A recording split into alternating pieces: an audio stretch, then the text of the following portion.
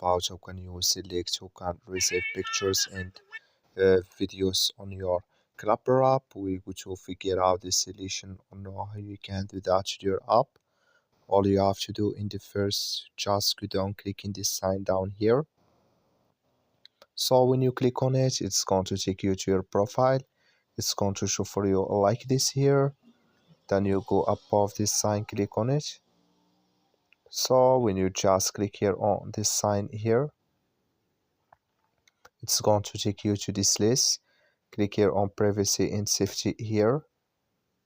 So then it's going to take you to this list here.